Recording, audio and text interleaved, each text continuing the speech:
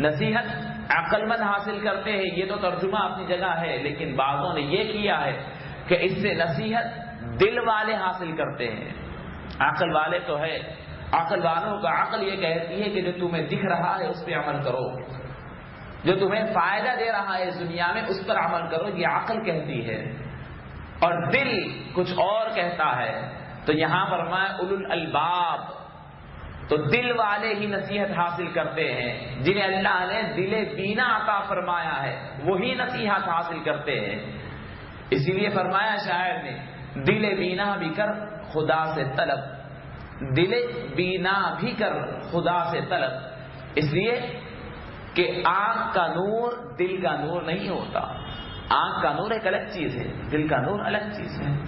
دل کے نور کی بات ایک الگ ہے۔ قرآن پاک میں رب العالمین بھی وضاحت کے ساتھ ارشاد فرمایا، فَإِنَّهَا لَا تَعْمَلُ الْأَبْصَارُ، دنیا والے آنکھوں کے اندھے پن پہ افسوس کرتے ہیں، دنیا والے آنکھوں کے اندھے پن پر افسوس کرتے ہیں کہ آنکھ اندھی ہو گئی، آنکھ کا علاج کرایا جائے، آنکھ میں ڈراپ ڈالا جائے، اس کا علاج کرایا جائے، آپریشن کیا جائے، واقعی بڑی اہمیت کی چیز ہے آنکھ۔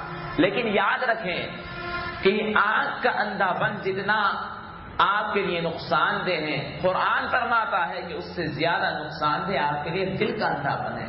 فَإِنَّهَا لَا تَعْمَلُ الْأَبْصَارُ، کسی کی آنکھ اندھی ہوتی ہے تو اسے اندھا نہیں کہا جائے گا۔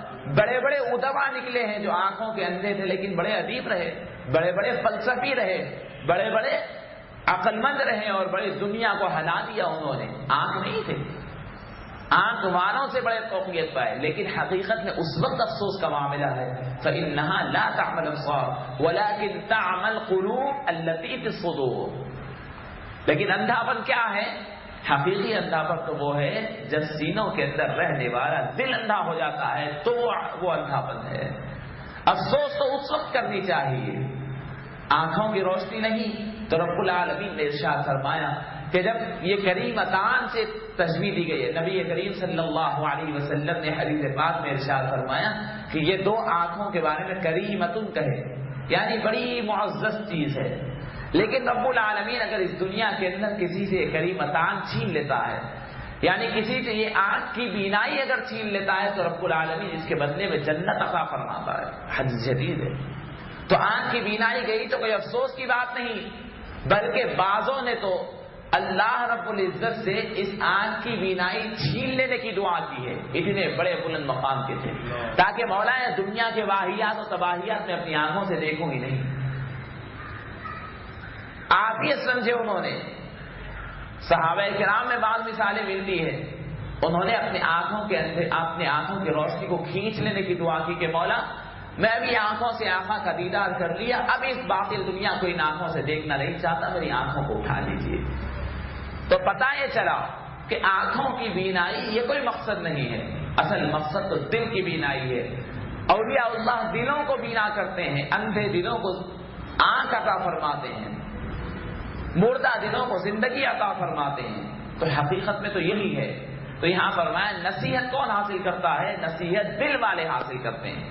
اب یہ دل والے جو نصیحت حاصل کرتے ہیں کون ہے؟ چاہے آپ اسے دماغ والے، عقل والے کہیں یا دل والے کہیں، ان کی صفات انہیں پہچانے کیسے؟ کسی کا دل نکال کر تو نہیں دیکھ سکتے، کسی کی عقل نکال کر تو ناپ اور تول نہیں سکتے، تو ان کی مثال کیسی ہے؟ یہ کون ہے؟ ان کو کیسے پہچانے؟ یہ مثال دیے تھے، گزشتہ آپ کے سامنے ذکر کیا تھا۔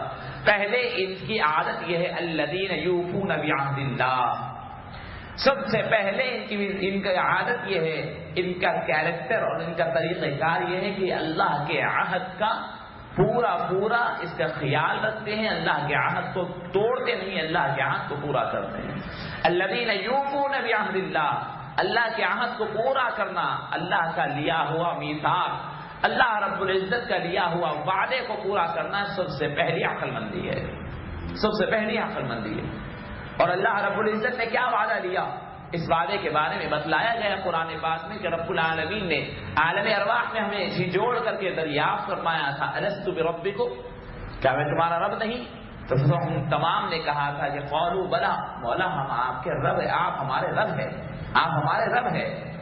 تو عزیزان گرامی، ہم یہ وعدہ اللہ کے سامنے کر دیے، اللہ رب العزت کے سامنے اقرار ہم نے کیا، رب العالمین نے وہی اللہ کی وحدانیت کو ماننے پر ہمارے سے وعدہ لیا ہے. اور انسان کیونکہ نسیان سے انسان کا خلاصہ نسیان بھول ہے، اسی وجہ سے رب العالمین نے ہماری بھول کو دور کرنے کے لیے پے در پے انبیاء کرام کو بھیجا. وہ آ کر کوئی نئی بات نہیں سکھائے، انہوں نے یہی ہمارا پرانا وعدہ یاد دلایا کہ اے بندو تمہیں شعور نہیں کہ تم عالم ارواح میں اللہ سے ایک وعدہ کر کے آئے ہیں، اس دنیا کے اندر اللہ کے اس وعدے پہ قائم رہو. یہ اللہ کا کرم ہے کہ اللہ نے ہمارے پاس بھیجا ہے لوگوں کو، انبیاء کرام کو بھیجا ہے کہ جاؤ ان کو اپنا وعدہ یاد دلا دو. تو عزیزان گرامی، پہلی ان کے طریقہ، ان کی عادت الذین یوفون بعہد اللہ، اللہ کے عہد کا پورا کرنا اور اس کی حفاظت کرنا، اس کا لحاظ رکھنا.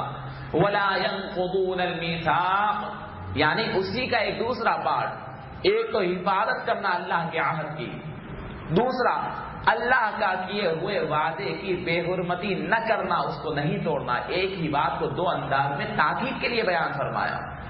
دیکھو تم یہ کام کرو، اچھائی کرو، مطلب یہ ہوا کہ اچھائی کرنے کا مطلب یہ ہوا کہ برائی نہ کرو، لیکن پھر ذکر فرماتے ہیں کہ برائی نہ کرو، اچھائی کرو اور برائی نہ کرو.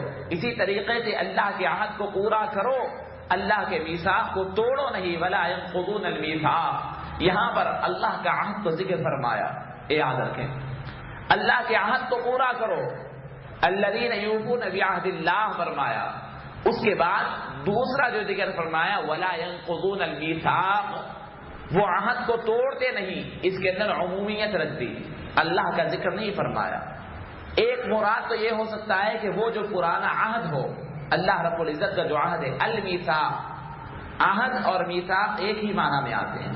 پہلے عہد ذکر فرمایا، عہد کے ساتھ اللہ کا ذکر فرمایا الذین یوفون بعہد اللہ، اللہ کا عہد. اب آگے المیثاق ذکر فرمایا، تو یہ المیثاق کے اوپر جو الف لام ہے، یہ الف لام لگانے کی وجہ سے اللہ کا پھر ذکر لانے کی کوئی یہاں پھر سے ضرورت نہیں ہے. اس الف لام کو الف لام عہدی کہتے ہیں کہ یہ مطلب یہی ہوا کہ اللہ ہی کا جو اللہ نے عہد لیا ہے وہ عہد کو پورا کرو، اسے مت توڑو، اس کی بے حرمتی مت کرو، اس کا لحاظ رکھو. دوسرے معنی یہ ہے کہ تم دنیا میں جس کسی سے بھی وعدہ کرے اس کی وعدہ خلافی نہ کرو. یہ شریف لوگوں کی علامت ہے کہ وعدہ خلافی نہیں کرتے. اس عام دنیا میں دنیا والوں کی وعدہ خلافی کرنا گوارا نہیں، تو پھر رب العالمین کی وعدہ خلافی کہاں سے گوارا ہو سکتی ہے؟ اس لیے رب العالمین کے رسول صلی اللہ علیہ وسلم نے فرمایا کہ منافق کی علامتوں میں سے ہے کہ جب وعدہ کرتا ہے تو وعدہ خلافی کرتا ہے.